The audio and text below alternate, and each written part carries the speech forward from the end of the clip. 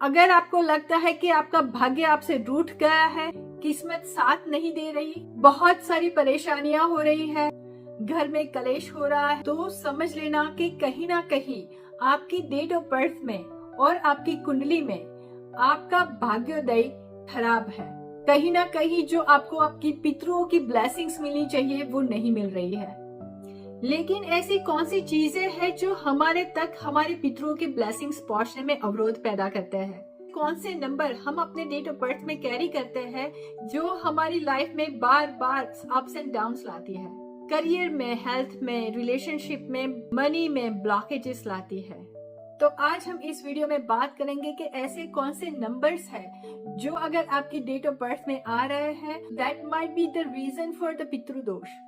हम कुंडली के माध्यम से भी समझने की ट्राई करेंगे कि अगर आपका भाग्य का स्थान खराब चल रहा है, पितृदोष है, तो उसे कैसे फिक्स किया जाए। तो ये वीडियो बहुत ही इंटरेस्टिंग रहने वाला है और हम ऐसी ऐसी बातों पे डिस्कस करेंगे जो शायद आप अपनी लाइफ में इम्प्लीमेंट करते हो तो शायद वो आपका भाग्योदय आपके लिए काम करने लगे, आपको पितरों के आशीर्वाद मिलने लगे, आपकी जो ब्लॉकेजेस है वो दूर हो सके, जिसमें हम जानेंगे कि पितृ लोक क्या है, हमारे एंसेस्टर क्या है, क्यों हमें ये लीनिएज मिली है, क्या हमारा कोई कार्मिक डेथ भी है, ऐसी कौन सी बातें हैं जो हमारा भाग्य हमारा साथ नहीं देता।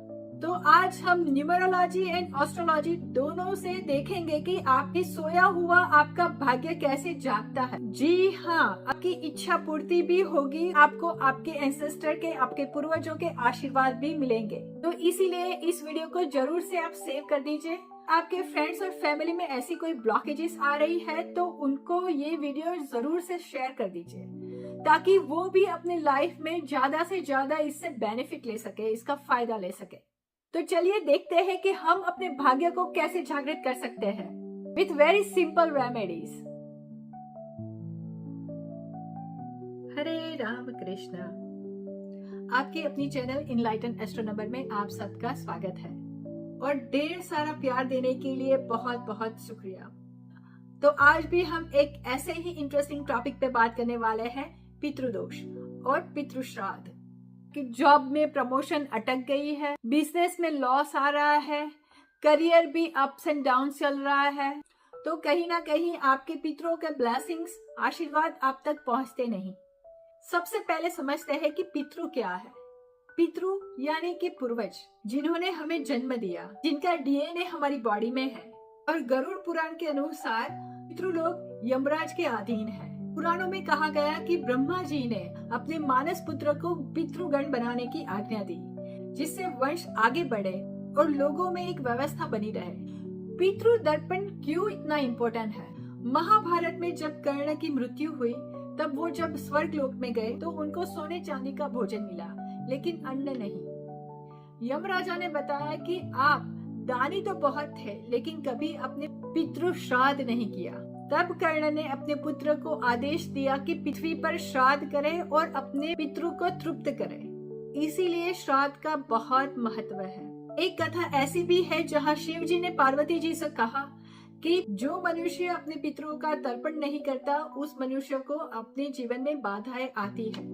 और ऐसी ऐसी बहुत सारी भागवत में और पुराणों में कथाएं हैं जो हमारे पितरों का तर्पण, पितृ श्राद्ध का इम्पोर्टेंस दिखाती है। जब सूर्य ट्रांजिट करता है कन्या राशि में तब पितृ श्राद्ध का मंथ स्टार्ट होता है और उस टाइम पितृ अपने वंशजों के बहुत करीब होते हैं। उस टाइम पितरों के आशीर्वाद हम पे ज्यादा रहते हैं। तर्पण करना, दान करना, श्राद्ध करना, ये सारी चीजें कहीं ना कहीं आपके भाग्योदय से कनेक्ट है, जो आपकी कार्मिक ब्लॉकेजेस है उसको रिमूव करती है। और तो और कुछ मंत्र और कुछ कलर वो ब्लेसिंग को आपके पास लाने में बहुत मदद करते हैं। अगर आपकी लाइफ में पैसे से रिलेटेड और करियर से रिलेटेड कोई इश्यूज आ रही है, कुछ ब्लॉकेजेस आ रही है, तो कहीं ना कहीं आप में नंबर 8 की एनर्जी इम्बैलेंस है। अचानक कोर्ट केस होना, कुछ कर्जा बढ़ जाना, अचानक बिजनेस में पैसों का लॉस होना, जमीन जायदाद के लिए फाइट होना, और कहीं ना कहीं ऐसी थॉट प्रोसेस कि हम मेहनत तो बहुत करते हैं लेकिन रिजल्ट 0 हो जाता है, तो ये पितृ ऋण दर्शाता है।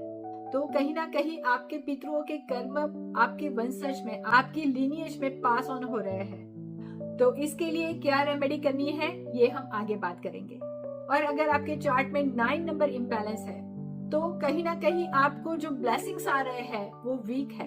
अगर शादी में कोई प्रॉब्लम आ रही है, शादी में डिलेस हो रहे हैं, एंगेजमेंट बार बार टूट जाती है, सेपरेशन हो जाता है, शादी होने के बाद भी अगर लड़ाई झगड़े होते हैं, तो कहीं ना कहीं मूलांक 9 इज इम्बैलेंस, जिससे आपको जीवन में बार बार भावनात्मक पीड़ा झेलनी पड़ती है। अगर आपके जीवन में कोई हेल्थ रिलेटेड इश्यूज बार बार आते हैं, लंबे समय तक बीमार रहना जिसका कोई निदान न मिले, कहीं ना कहीं नंबर 2 और 7 की एनर्जी इम्बैलेंस है। ये कहीं ना कहीं आपको मानसिक पीड़ा देते हैं। ये भी पितृदोष के संकेत है। संतानों से जुड़ी हुई समस्या जैसे परिवार में संतान कम होना, वंश वृद्धि में कठिनाइयां होना, कहीं ना कहीं 5 और 3 नंबर की इम्बैलेंसेस है। तो पितरों को खुश करने के लिए जो भी सिंपल सी रेमेडी है यहाँ पे आपको स्क्रीन पे दिखाई देगी। आप इसका स्क्रीनशॉट ले सकते हैं।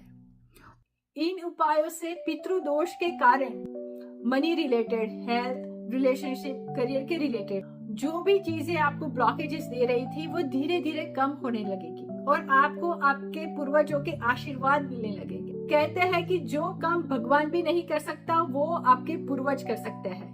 जी हाँ, पूर्वजों में इतनी ताकत होती है जो भगवान को भी वो फल देने के लिए विवश कर दे। और पुराणों में ऐसी बहुत सी कथाएं हैं। चलिए तो आप एस्ट्रोलॉजी एस्पेक्ट से समझने की ट्राई करते हैं कि भाग्योदय हम कैसे करें और पितरों के आशीर्वाद कैसे मिले। यहाँ आप देखेंगे कि कुंडली में जो 9वां स्थान है, जो 9वां हाउस, वो भाग्योदय है। जस्ट बिफोर भाग्योदय जो 8वां स्थान है, वो 8वां हाउस, दैट इज योर पीड़ा, वो कष्ट है।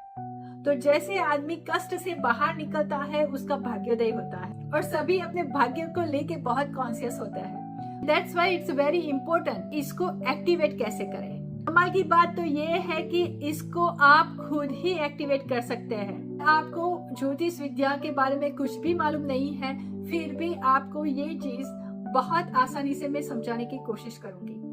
कुंडली में 9वां स्थान को कहते हैं भाग्य स्थान और वो घर का स्वामी जो है वो है गुरु, जुपिटर।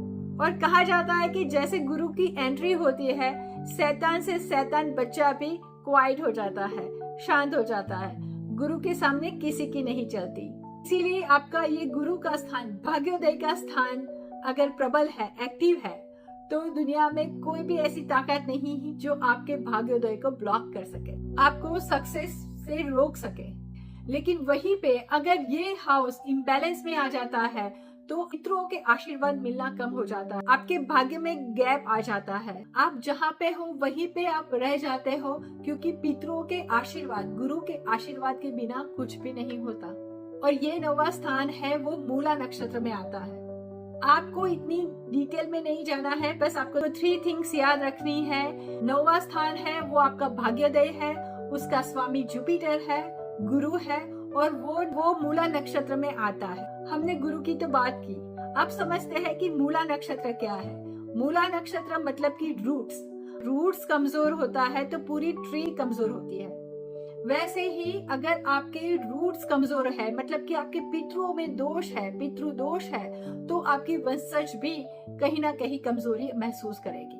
पितरों के संस्कार जो होते हैं, उनकी गाइडेंस जो होती है, अगर हम वो फॉलो नहीं करते तो कहीं ना कहीं पितरों के ब्लेसिंग्स हम तक पहुंच नहीं पाते और इसीलिए 9वां हाउस इम्बैलेंस हो जाता है। तो करना क्या है? पितरों को याद करना है, अपने रूट्स के साथ, अपने मूल के साथ जुड़ना है।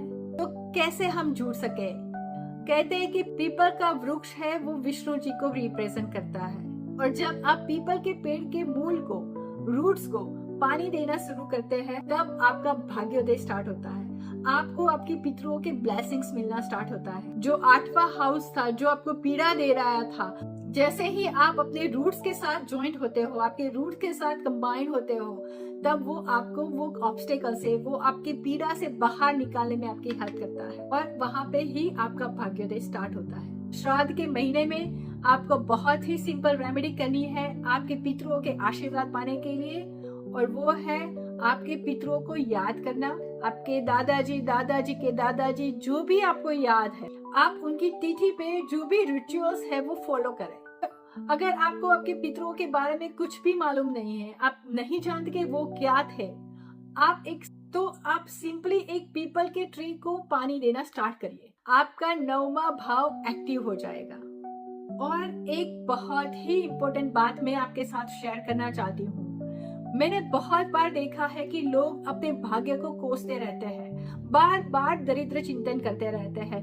मेरा नसीब ही बहुत खराब है, बिजनेस अच्छा नहीं चल रहा, घर अच्छा नहीं चल रहा है, रिश्ते अच्छे नहीं चल रहे, साथ हमेशा बुराई होता है, कुछ अच्छा नहीं होता, दुनिया भर की सारी बुराइयां मुझ में ही आ गई है, मेरी किस्मत ही खराब है। और जब ये शब्द आप यूज करते हो तब उसका स्पंदन, वो वाइब्रेशन पूरी यूनिवर्स में जाता है और आपका 9वां स्थान खराब होता है, आपकी भाग्योदय में अवरोध पैदा करता है। तो हम जो भी कुछ बोलते हैं बहुत सोच समझ के बोलना है, खुद ही अपने आप को कर्स नहीं करना है, क्योंकि लॉ ऑफ अट्रैक्शन के अनुसार हम जो भी बोलते हैं वो फलीभूत होना स्टार्ट होता है।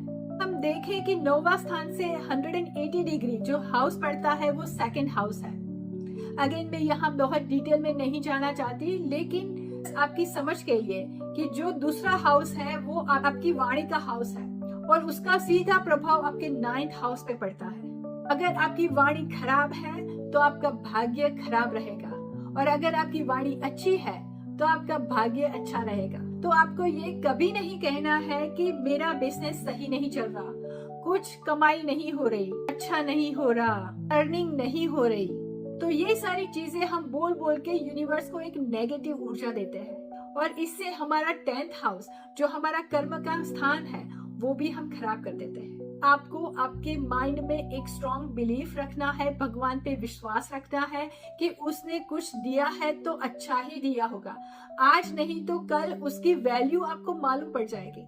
और कहते हैं ना कि अगर आपकी इच्छा पूर्ति होती है तो अच्छा है, लेकिन अगर इच्छा पूर्ति नहीं होती तो बहुत अच्छा है। क्यों?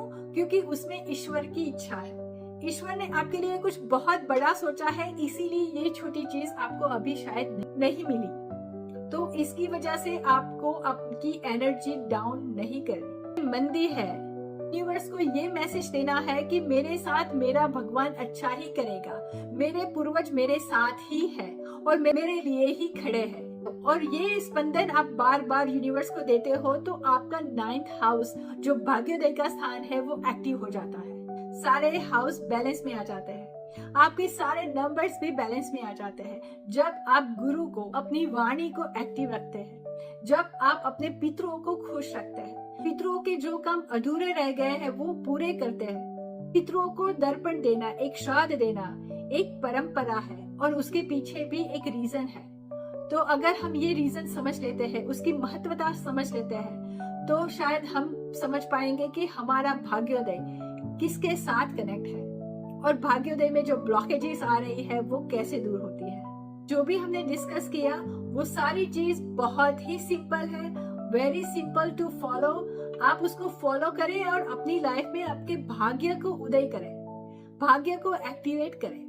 आपकी सक्सेस आपके हाथ में है। आशा करती हूँ कि ये वीडियो भी आपके लिए बहुत ही इंफॉर्मेटिव रहा होगा। बहुत सी आसान रेमेडी हमने डिस्कस की जिससे आप आपके भाग्य को उदय कर सके, एक्टिवेट कर सके। तो जरूर से इसे ट्राई करिए और मुझे कमेंट में जरूर से बताइए कि आपकी लाइफ के ऑब्स्टेकल्स आपने कैसे दूर किए। तो मिलते हैं ऐसे ही नए इंटरेस्टिंग वीडियो के साथ, तब तक के लिए नमस्कार।